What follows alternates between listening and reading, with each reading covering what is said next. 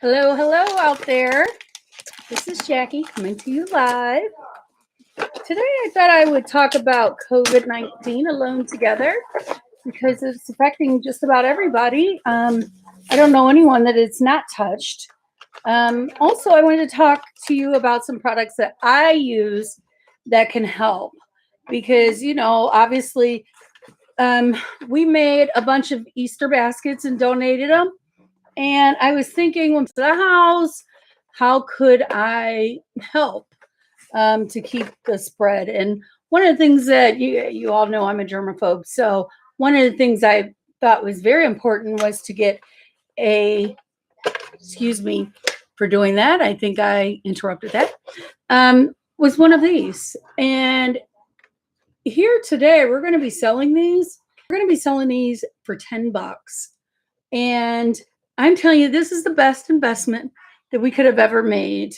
We have grandchildren, we have children, mostly grandchildren, of course, that come over. And, when they come over, they wash their hands, they play in the soap. Here, we don't have to worry about that. Push the button, soap comes out. And I will be posting pictures all over for that.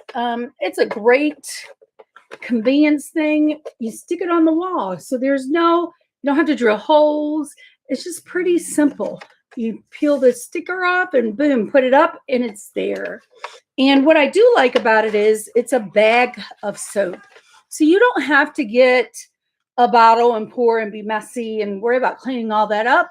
You just place the bag in there properly, which it'll show you on the paper that comes with it. And it is great and wonderful to have. We have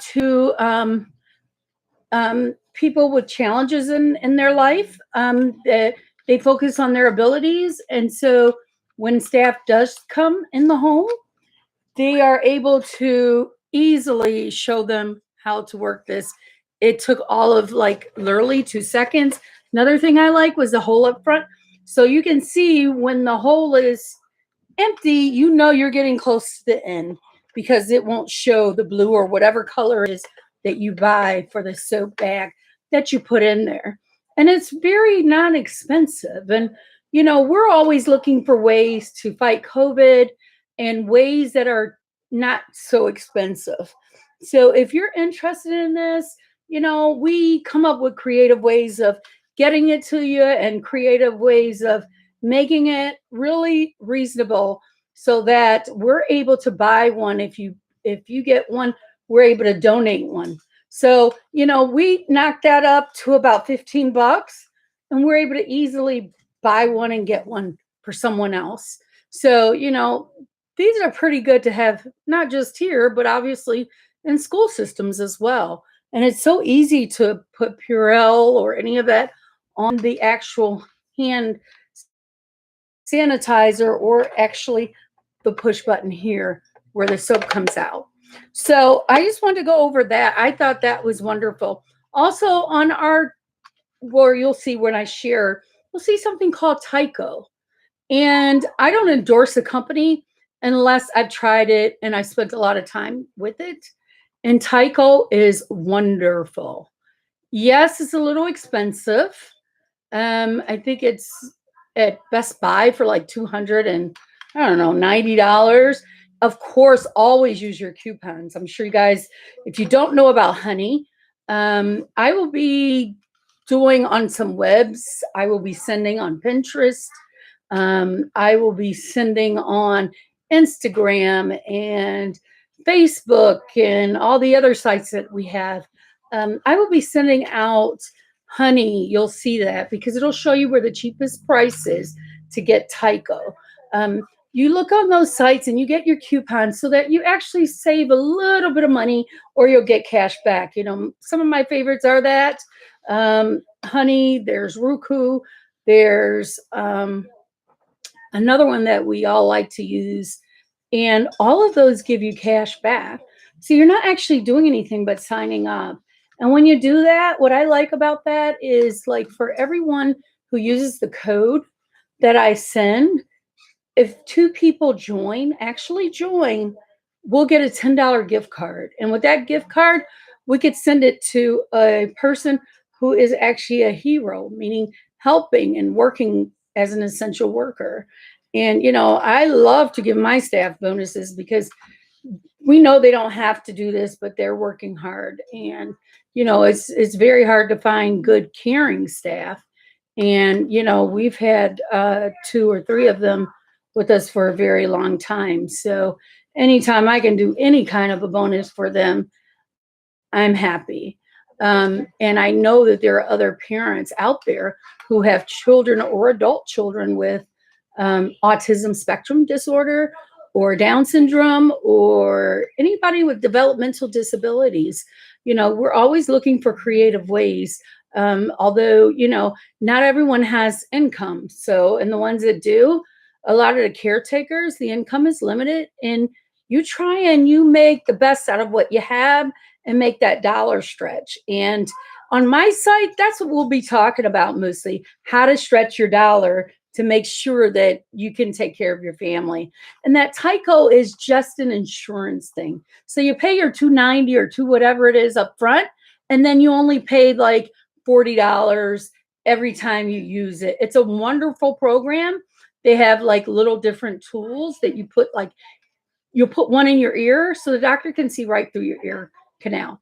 You'll put one to your chest for your heart. They have different things that allow them with the modern technology to actually see what happens with Tyco. So it's great for people who are independent providers or people who work, but they are 1099 at the end of the year because they don't get taxes taken out. So, those people, this is a great program because it's hard to get insurance. And if you can pay even 300 one time and just pay 40 along the way, that would be great. There are organizations out there, if you call 211, that can help you find medical programs that are out there. They're far and few and in between, but there are some programs that are still out there to help you. And please don't forget, if you're disabled, if your doctor writes on a prescription pad, there's lots of agencies who have lending closets. I don't know how many out there know about the lending closets, but the lending closets are very important. And it's really important that if your loved one passes or moves on or gets better, that you return that item back into the lending closet because it helps so many. And we all know that the products are very, very expensive. And, I don't care how much money you have, it's expensive. Healthcare is a big expense, which is why so many people are outraged when you start talking about moving Obamacare or ending healthcare. I mean, this pandemic was a nightmare at best, not just a nightmare for people who lost their lives, but people who are living in the everyday field of mental health or have children with mental health or autism spectrum disorder or developmental disability of any kind. You shut down their schools, their programs, things that people are used to doing on a daily basis, a schedule, you're going to have problems. I don't care if you're Mother Teresa, your family's going to be interrupted. People with autism spectrum disorder knows that there are issues due to that. And even if you're the best parent in the world and you've done all you can, at the end of the day, you still might cry. It's a lot. It's a lot on you. It's a lot on the person that's affected by it. It's just a lot, period. And I know that we push for employment for all. And I think that's great, especially for the people that can do the employment. But I think supported employment is very, very important. And I think living in communities is important. I just think that we need to have more discussion about that. And with technology, I think we will continue to grow. And I hope that it can continue to help us as parents and loved ones and as caregivers and guardians to really help push laws that will really enable us to better our lives and better the people around us lives. So I'm hoping that we can continue to make strides through this year. And with the pandemic, that we figure out what we're going to do for the next time. I mean, because I know everyone's anxious to get back to work, but my thing is, I've been watching this long before it became as big as it is. And I watched when the doctor released the information from China, and I do call him a hero, because without him saying something, we would probably be in trouble. And I do realize that President Bush and Bill Gates and other people long before this, did warn us ahead of time. So I'm not going to say that he's the only hero. There's many, many heroes that don't wear capes that have alarmed us, and maybe people didn't take as big as notice. So I am just going to say with that, like Ohio did an exceptional job. It didn't matter what your party was for Ohio. I did not know if Mike DeWine was a Republican or a Democrat. What I knew him as, a man who took precautions. He stepped up to the plate. He did what he needed to do. He didn't worry about the consequences. He just did it. And to me, that's a governor that cares. I don't care what partisan he is. I don't care if he's Republican or Democrat. He took the ball and ran with it. He did not put anybody's life in danger. And to me, that's called protecting people. And that's the type of person that you want to help lead your country, your state, your everything. I mean, he really took the lead, and he did not get scared if any president was going to threaten or do harm. He didn't care. He just did what he needed to do. And I have much love for people who are like that take care of their people and put people before money.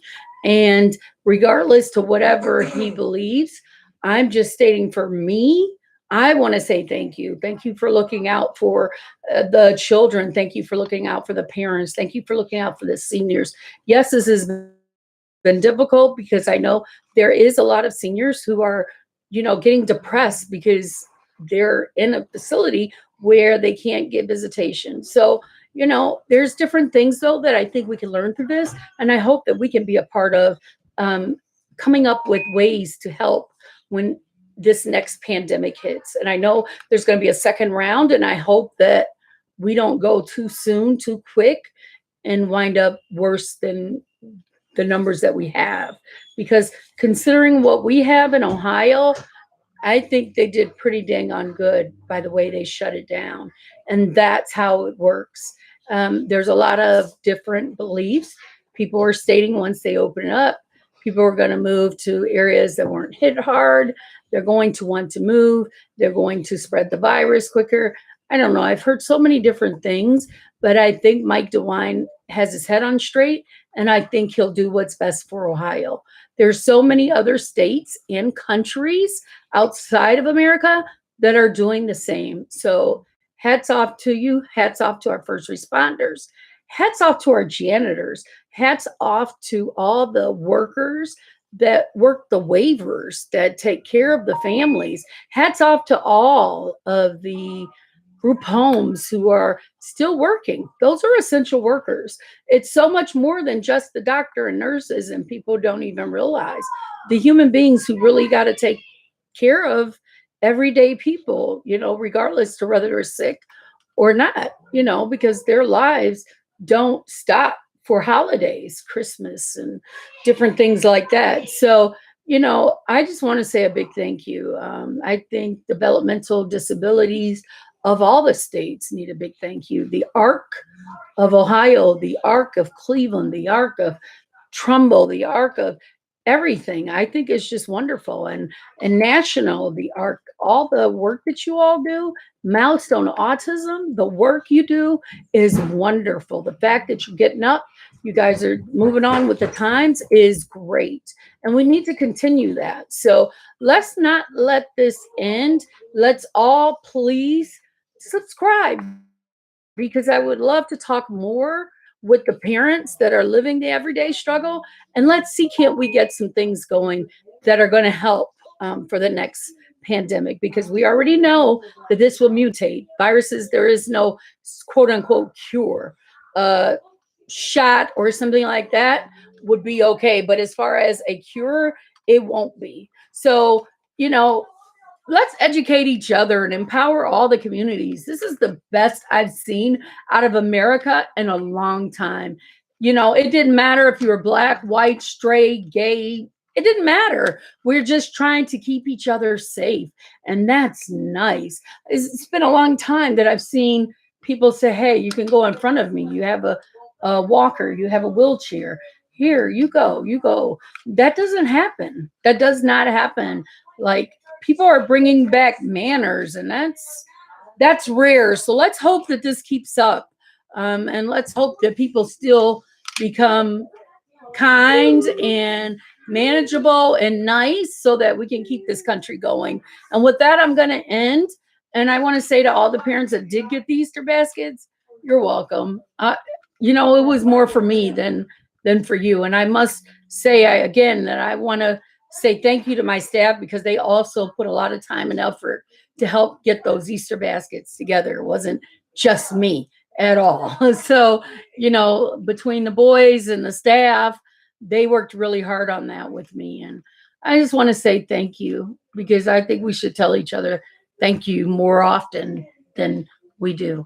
So hats off to everybody who help with all the different things that we do year round to make our communities feel better and empowered. And don't let anyone tell you that your disability, you can't find an ability to go with your disability, because it's not true.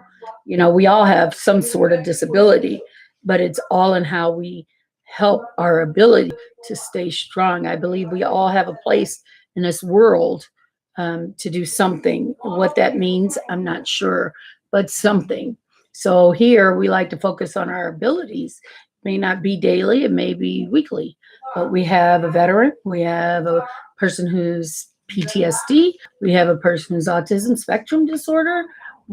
I could go on and on and on and on and on about the list. Medical issues, oxygen issues, lung issues, heart issues.